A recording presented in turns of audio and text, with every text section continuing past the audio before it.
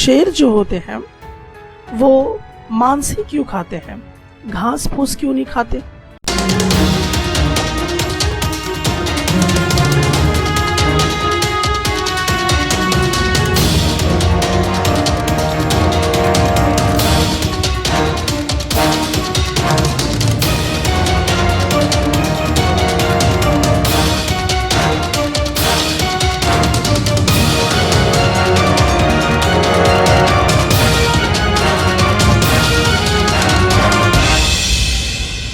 Digestion, the process of nutrition in human beings. Human beings में किस प्रकार से न्यूट्रिशन होता है, उसके क्या प्रोसीजर है, जिसे हम डाइजेशन कहते हैं, उसी से रिलेटेड हम यहाँ सारे टर्म्स को पढ़ेंगे। तो सबसे पहला चीज़ हम पढ़ेंगे इसमें the digestive system. Digestive system हमारा क्या होता है? डाइजेस्टिव सिस्टम हमारा एक्चुअली जो माउथ है, फेरनिक्स है, इसोफेगस है, टंग है, पैनक्रियाज है, स्टमक है, तो ये स्टमक है, liver, large intestine, jejunum, rectum, anus, ये तमाम चीज़ जो आपको यहाँ पे दिखाई दे रहे हैं, ये सब के सब डाइजेस्टिव सिस्टम के अंदर आते हैं। ये टोटल चीज़ आपके डाइजेस्टिव सिस्टम के अंदर आते हैं। एलिमेंट्री कैनल, एलिमेंट्री कैनल जो आपका माउथ से शुरू होता है और एनस तक खत्म होता है। तो माउथ से लेकर एनस तक के बीच में जितनी भी चीज़ें आती हैं सब एलिमेंट्री कैनल के बीच में आती हैं, और तकरीबन इसकी जो लंबाई होती है वो होती है 9 मीटर। 9 मीटर लॉन्ग ट्यूब होती है और ये माउथ से लेकर एनस तक जाती है, और इसी को हम एलिमेंट्री कैनल कहते हैं। और इसी एलिमेंट्री कैनल से हमारे टोटल डाइजेस्टिव सिस्टम जुड़े होते हैं और डाइजेस्टिव ग्लैंड्स जो है वो भी जुड़े होते हैं। अब हम एंजाइम्स के विषय में बातचीत करेंगे। एंजाइम्स क्या होते हैं? एंजाइम्स एक्चुअली केमिकल सब्सटेंस हुआ करते हैं, एक तरह का केमिकल्स होता है, और इनका काम क्या होता है? तो ये हमारे शरीर के सेल्स में जाकर केमिकल रिएक्शन को स्पीड अप कर देते हैं, मतलब केमिकल रिएक्शन को एक्सेलरेट करते हैं। तो एंजाइम्स एक्चुअली केमिकल्स हैं, और ये वैसा केमिकल्स है जो हमारे बॉडी के अंदर, जो हमारे बॉडी के सेल के अंदर जो केमिकल रिएक्शन होता है उस केमिकल रिएक्शन को स्पीड अप करते हैं, उसको फास्ट करता है, रिएक्शन को एक्सेलरेट करता है, रिएक्शन को। जो हमारे एंजाइम्स होते हैं एक्चुअली बने हुए किससे होते हैं? तो जो हमारे एंजाइम्स होते हैं वो जनरली कॉम्प्लेक्स प्रोटीन से बने होते हैं, और सबसे बड़ी बात कि जब ये केमिकल रिएक्शन के दौरान काम करती है तो वो चेंज नहीं करती। So remember the point, remain unchanged. तो जितने भी ऑलमोस्ट एंजाइम्स हैं वो सब कॉम्प्लेक्स प्रोटीन से बने होते हैं, और वो केमिकल रिएक्शन के दौरान चेंज नहीं किया करते हैं। ये जो एंजाइम्स है, ये एंजाइम्स एक्चुअली होते कहाँ पर हैं? तो ये जो एंजाइम्स हमारे होते हैं वो डाइजेस्टिव सिस्टम के डाइजेस्टिव जूसेस में प्रेजेंट होते हैं। जो हमारे बॉडी का डाइजेस्टिव सिस्टम है, और डाइजेस्टिव सिस्टम में बहुत सारे डाइजेस्टिव जूसेस होते हैं जिसे हम लोग अभी आगे जाकर जिक्र करेंगे, उसमें ये प्रेजेंट होते हैं एंजाइम्स। और इनका रोल क्या है, इनका फंक्शन क्या है? तो इनका फंक्शन ये होता है कि जो हम लोग फूड खाते हैं वो जनरली जो फूड होता है उसमें बहुत सारे कार्बोहाइड्रेट्स होते हैं, मतलब उसको हम लोग बोल सकते हैं कि कॉम्प्लेक्स फूड होता है वो। तो वो कॉम्प्लेक्स सब्सटेंस जो है, कॉम्प्लेक्स फूड जो है, उस कॉम्प्लेक्स फूड को या कॉम्प्लेक्स सब्सटेंस को वो छोटे छोटे कार्बोहाइड्रेट्स में तोड़ता है।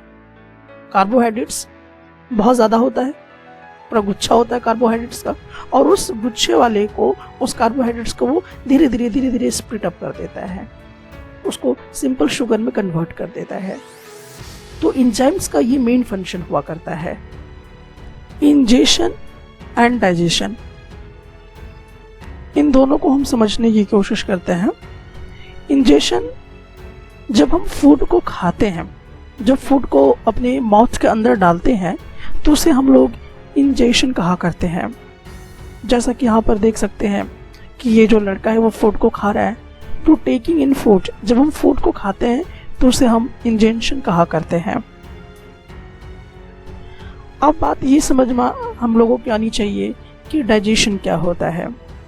डाइजेशन दरअसल क्या होता है कि जो हमारा कॉम्प्लेक्स फूड होता है, कॉम्प्लेक्स फूड का मतलब ये हुआ कि जो बहुत ही ज़्यादा आपस में ग्लूकोज जब आपस में बहुत ज़्यादा जुड़े होते हैं, मतलब कार्बोहाइड्रेट्स की अगर हम बात कर रहे हैं, तो जब हम फूड खाते हैं, जनरल मीनिंग में अगर हम बात करें कि जब हम फूड मटेरियल खाते हैं वो उस समय काफ़ी कॉम्प्लेक्स होती है, मतलब कि बहुत सारे ग्लूकोज उसमें जुड़े हुए होते हैं। तो उसी ग्लूकोज को जब छोटे छोटे शुगर में तोड़ दिया जाता है, छोटे छोटे ग्लूकोज में जब उसको कन्वर्ट कर दिया जाता है, तो वैसे प्रोसेस को हम डाइजेशन प्रोसेस कहा करते हैं।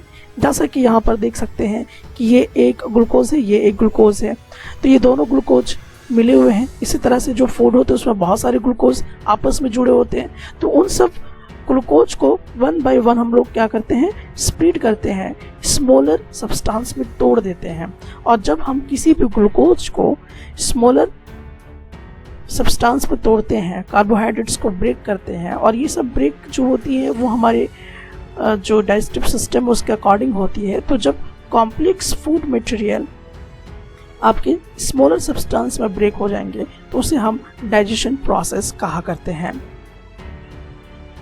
माउथ में डाइजेशन, सबसे पहला जो डाइजेशन होता है वो हमारे माउथ में ही शुरू होता है।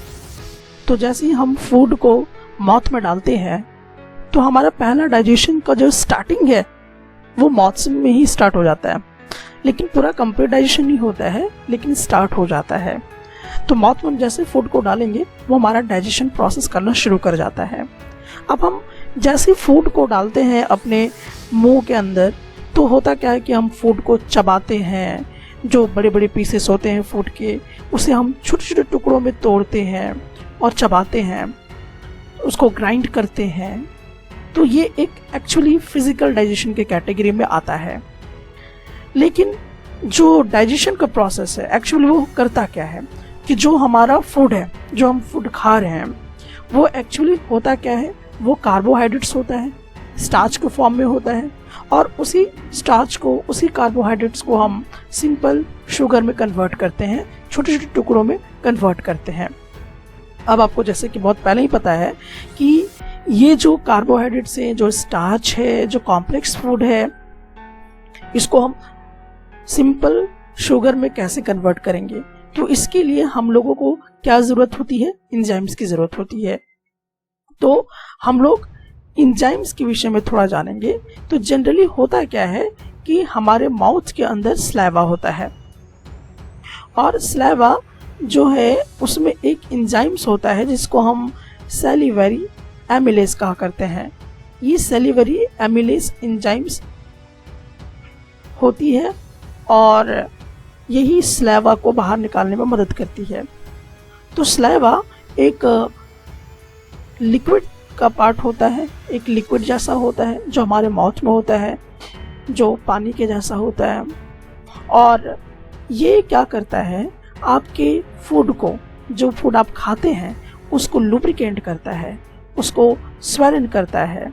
तो ये फूड को काफ़ी गिल्ला करेगा, ये फूड को सॉफ्ट बनाएगा ताकि आप फूड को इजीली अंदर ले जा सकें, खा सकें।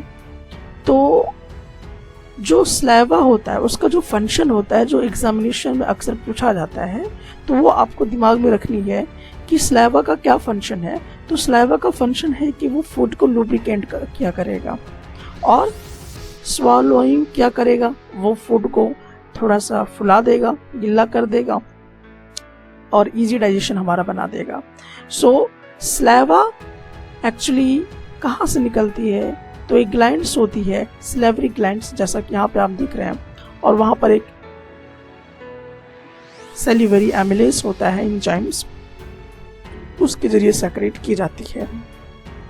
और इस तरह से माउथ में हमारा जो डाइजेशन का जो पहला स्टेप है वो शुरू हो जाता है। जब आप अपने फेवरेट फूड को देखते हैं तो फेवरेट फूड को देखते के साथ ही आपके मुंह में पानी भर आता है, आपके मुंह से लार टपकने लगता है। ऐसा क्यों? दरअसल ऐसा इसलिए होता है कि आपके माउथ के अंदर एक ग्लैंड्स पाया जाता है और उसे हम सैलिवरी ग्लैंड्स बोला करते हैं, जो हमारे माउथ के अंदर होता है। तो जब आप फूड को खाते हैं, जब फूड आपके माउथ के अंदर जाता है, तो आप फूड को चबाते हैं, फूड को सॉफ्ट बनाते हैं, उसको लुब्रिकेंट करते हैं ताकि इजीली वो अंदर जा सके। तो ऐसा इसलिए होता है क्योंकि जो आपका सैलिवरी ग्लैंड्स होता है उससे स्लाइवा बाहर निकलता है। तो हमारे माउथ से इस प्रकार स्लाइवा बाहर निकलता है और ये स्लाइवा ही आपकी फूड को काफ़ी लुब्रिकेंट करता है। और इसी स्लाइवा के कारण जब आप अपने फेवरेट फूड को देखते हैं तो आपके मुंह में एक्चुअली यही स्लाइवा भर जाता है, जो कि पानी के जैसा होता है। ये जब स्लाइवा आपके माउथ में भर जाता है तो उसी को हम कहते हैं कि आपके मुंह में पानी आ गया है, आपके मुंह से लार टपक रही है। तो एक्चुअली ये स्लाइवा होता है और ये हमारे सैलिवरी ग्लैंड से बाहर निकलता है। इसमें एक एंजाइम्स होता है और इस एंजाइम्स का काम ये होता है कि जो कॉम्प्लेक्स फूड होता है उसे वो डाइजेस्ट कराने में मदद करता है, उसको शुगर और सिंपल फूड में कन्वर्ट करने की कोशिश करता है। वो ये जो एंजाइम्स होता है उसे हम लोग सैलिवरी एंजाइम्स बोला करते हैं।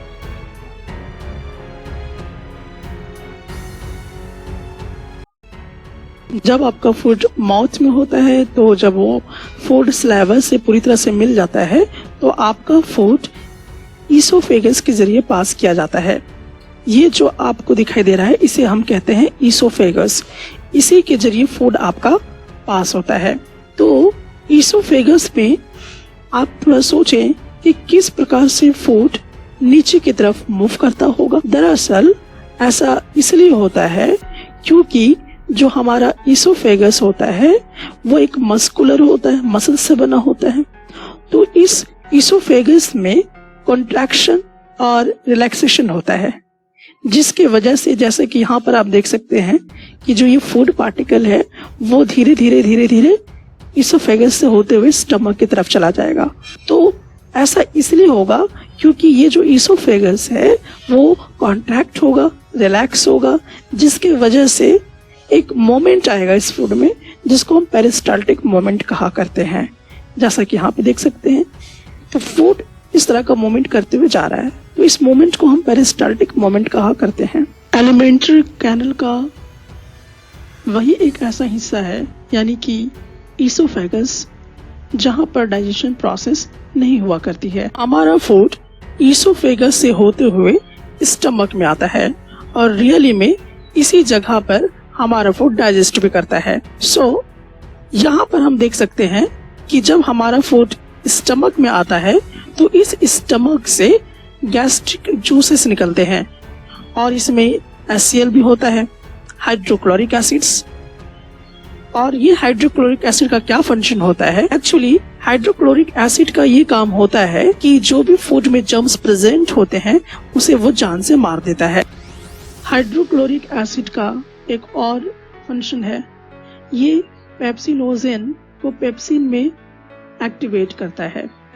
दरअसल पेप्सिन एक तरह का एंजाइम्स होता है, प्रोटीन के बड़े बड़े टुकड़े को छोटे छोटे टुकड़ों में ये तोड़ देता है और उस टूटे हुए स्मॉल फ्रेगमेंट्स को हम पेप्टोन्स कहा करते हैं। हमारा फूड जो है वो ईसोफेगस से होते हुए जब स्टमक में आता है और स्टमक के बाद हमारा फूड जो है वो स्मॉल इंटेस्टाइन की तरफ जाने लगता है। लेकिन स्मॉल इंटेस्टाइन के जाने से पहले इसको यहाँ पर डुओडेनम से होके गुजरना पड़ता है। डुओडेनम ये देखिए स्मॉल इंटेस्टाइन की तरफ ले जाने वाला रास्ता है और उसके जस्ट ऊपर वाले हिस्से को हम डुओडेनम कहा करते हैं। तो फूड जो है वो स्टमक से होते हुए डुओडेनम की तरफ जाता है। तो फूड स्टमक से होते हुए डुओडेनम में चला जाता है। डुओडेनम जो कि स्मॉल इंटेस्टाइन का सबसे ऊपरी हिस्सा है, जैसा कि आप यहाँ पर देख सकते हैं। यहाँ पर लीवर है और देखिए लीवर में एक गोल ब्लैडर आपको दिखाई देगा। तो हम लोग जैसे कि ऑयल वाला फूड खाते हैं, फैट्स वाला फूड खाते हैं, तो आप सोचिए कि जो ऑयल वाटर में नहीं घुलता है, वाटर में सॉल्युबल नहीं होता है, वो हमारे शरीर में कैसे घुल जाता होगा, फैट्स कैसे डिसॉल्व हो जाते होंगे हमारे शरीर के अंदर। तो एक्चुअली जो फैट होता है वो टूटकर फैट ड्रॉपलेट्स में कन्वर्ट हो जाता है, मतलब इमल्सिफिकेशन ऑफ फैट होता है। और ये जो है ये बाइल जूस की मदद से होता है। अब ये बाइल जूस निकलता कहाँ से है? तो बाइल जूस एक्चुअली लीवर से निकलता है। यहाँ पे जो आप लीवर देख रहे हैं, इस लीवर से ही आपका बाइल जूस निकलता है। और ये जो बाइल जूस होता है वो लीवर के गोल ब्लैडर में स्टोर होता है। तो यहाँ पर देखिए ये आपको दिखाई देगा, ये हमारा गोल ब्लैडर है। तो गोल ब्लैडर में बाइल जूस स्टोर होता है।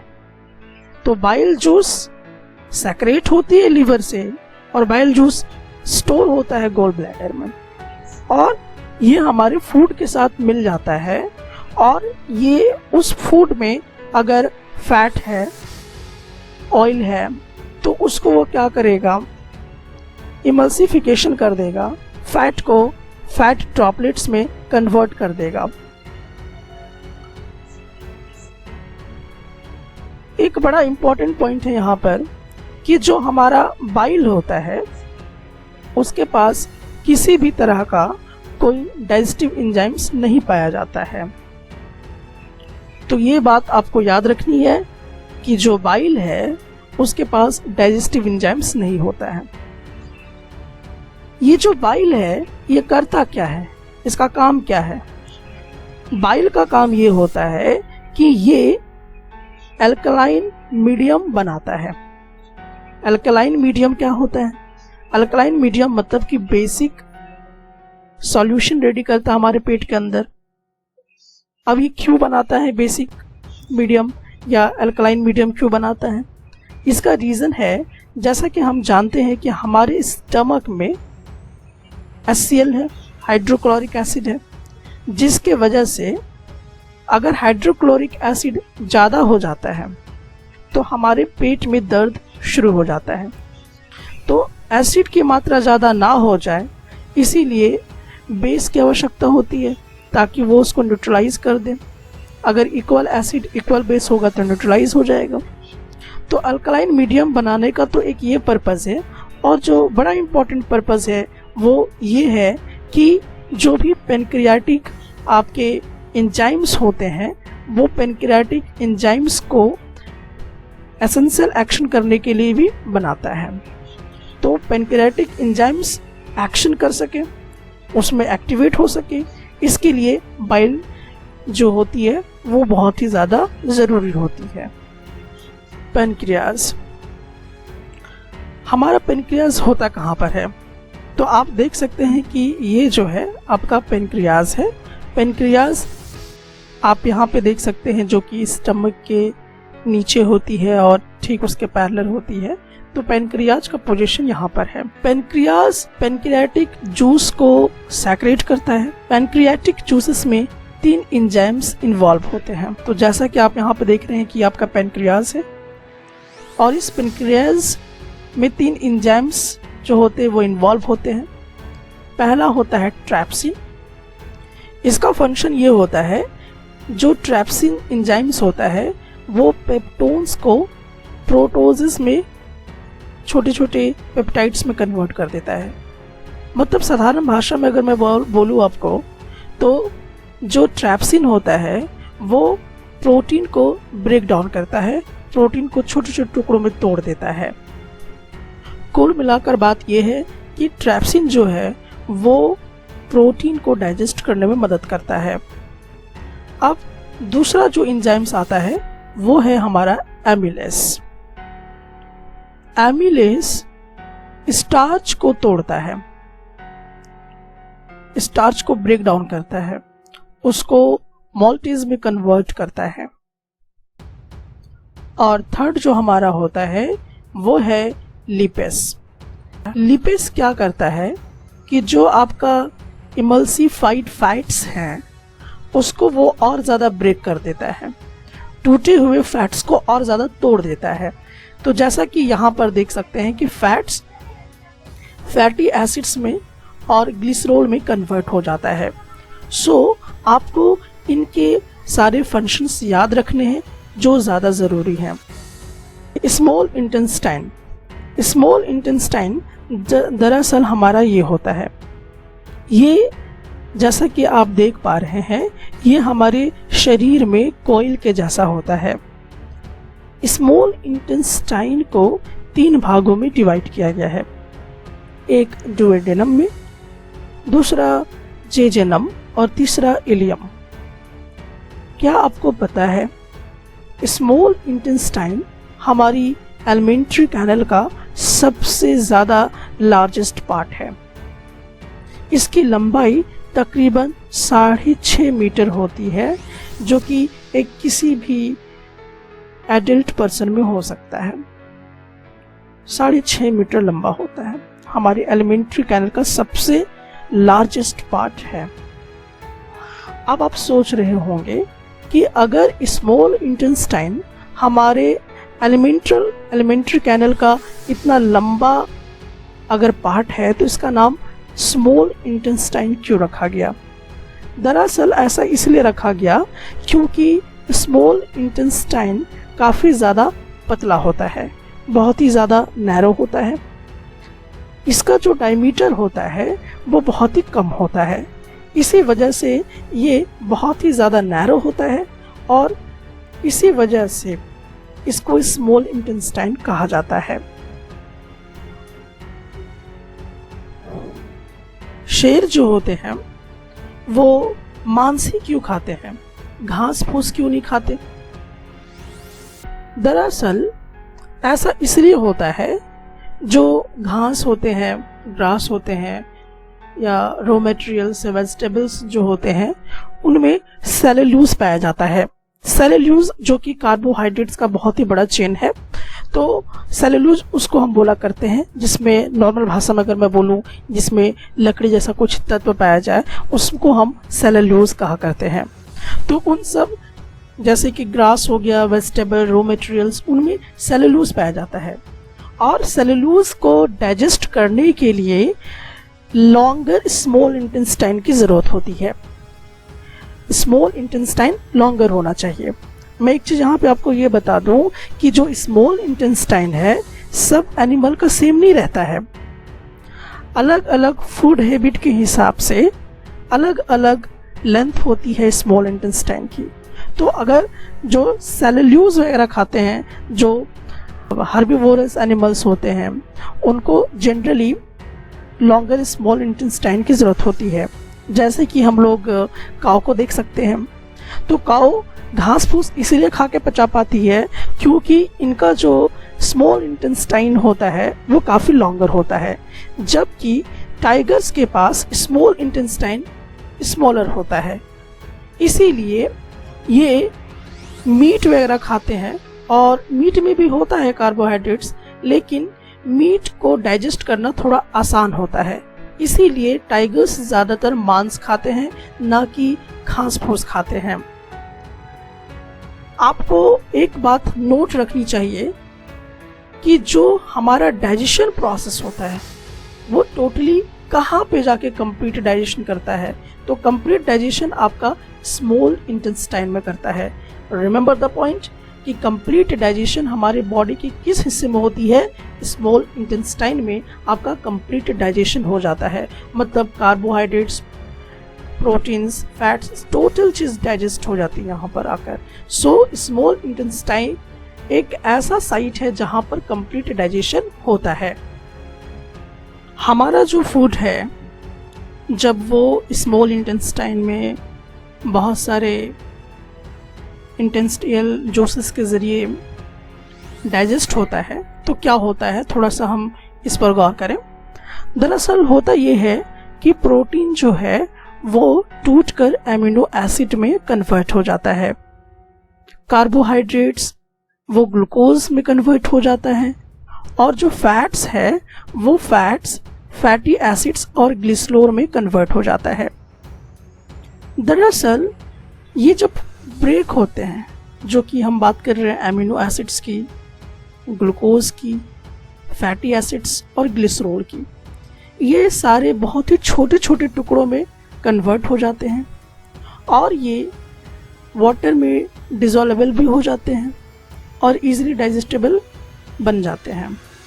इसीलिए ये तमाम चीज़ें जब बहुत छोटी छोटी चीज़ों में कन्वर्ट हो जाती हैं और सॉल्युबल के लायक हो जाती हैं, तो ये सारा डाइजेशन प्रोसेस स्मॉल इंटेस्टाइन में कंप्लीट हो जाता है।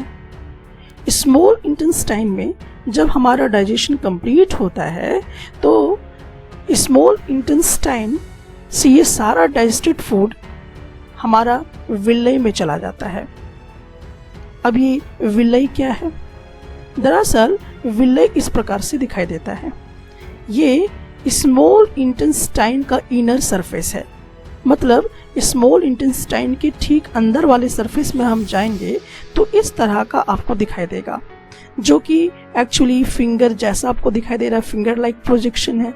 तो ये फिंगर जैसे बाहर निकले हुए वैसे आपको लग रहे हैं देखने में, तो इसी को हम कहते हैं फिंगर लाइक प्रोजेक्शन, जैसा ये आपको दिखाई देगा, जिससे हम विल्लाई कहा करते हैं। ये जो विल्लाई है, इसी विल्लाई में सारा जो हमारा डाइजेस्टेड फूड है वो चला जाता है और ब्लड में अच्छे ढंग से घुल जाता है, और ब्लड में जाने के बाद जो हमारे बॉडी के अदर पार्ट्स हैं, जहाँ जहाँ एनर्जी की ज़रूरत होती है वहाँ वहाँ वो ब्लड के थ्रू पहुँच जाते हैं। सो जनरली अब हम ये जानना चाहेंगे कि आखिरकार विल्लाई का फंक्शन क्या है। तो विल्लाई का फंक्शन ये होता है कि एक्चुअली ये अपनी सरफेस एरिया को इंक्रीज कर देता है। जब ये अपने सरफेस एरिया को इंक्रीज करता है तो ये अपने सरफेस एरिया को इंक्रीज क्यों करता है? तो ये सरफेस एरिया को इंक्रीज इसलिए करता है क्योंकि जो डाइजेस्टेड फूड है वो ज़्यादा से ज़्यादा मात्रा में एब्जॉर्ब हो सके, ज़्यादा से ज़्यादा मात्रा में वो ब्लड में घुल सके, जा सके, और जहाँ जहाँ ज़रूरत है उसको जल्दी जल्दी पहुँचाया जा सके। तो हमें क्योंकि एनर्जी की ज़रूरत तो होती ही है, तो एनर्जी रैपिडली जल्दी पहुँचाया जा सके सब बॉडी के पार्ट्स में, इसीलिए जो विल्लाई होता है उसका सरफेस एरिया काफ़ी ज़्यादा इंक्रीज होता है। और जो फूड डाइजेस्टेड नहीं हो पाता है वो फूड जो है, जो अनडाइजेस्टेड फूड होता है, वो अनडाइजेस्टेड फूड लार्ज इंटेस्टाइन में चला जाता है। लार्ज इंटेस्टाइन, ये हमारा लार्ज इंटेस्टाइन होता है जो आप यहाँ पर देख रहे हैं। इसी को काफ़ी मैग्नीफाई करके यहाँ पे दिखाया गया है। इसी को हम लार्ज इंटेस्टाइन बोला करते हैं। ये हमारा एनस हुआ। सो जितने भी अनडाइजेस्टेड फूड होते हैं जो स्मॉल इंटेस्टाइन में नहीं डाइजेस्ट हो पाते हैं, उन सारे अनडाइजेस्टेड फूड को लार्ज स्मॉल इंटेस्टाइन में भेज दिया जाता है, और वहाँ पर जाने के बाद जो अनडाइजेस्टेड फूड है उसमें से जो वाटर आपका होता है उसे एब्जर्व कर लिया जाता है, और जो सॉलिड वेस्ट होता है उसको लुब्रिकेट करके फीसेस बना दिया जाता है, और उस सारे फीसेस को एक लार्ज इंटेस्टाइन का पार्ट होता है जिसको हम रेक्टम कहते हैं, वहीं पर जाकर इसे जमा कर दिया जाता है। जैसा कि यहाँ पर आप देख सकते हैं, इस रेक्टम में ये कलेक्ट हो जाता है टेम्पोररी थोड़े समय के लिए, और जब हम टॉयलेट के लिए जाते हैं तो एनस के थ्रू बाहर निकाल दिया जाता है। सो लार्ज इंटेस्टाइन से वेस्ट प्रोडक्ट जो होता है वो बाहर निकलता है। डेंटल कैरियर्स, डेंटल कैरियर्स में आज हम दांतों के विषय में बात करेंगे।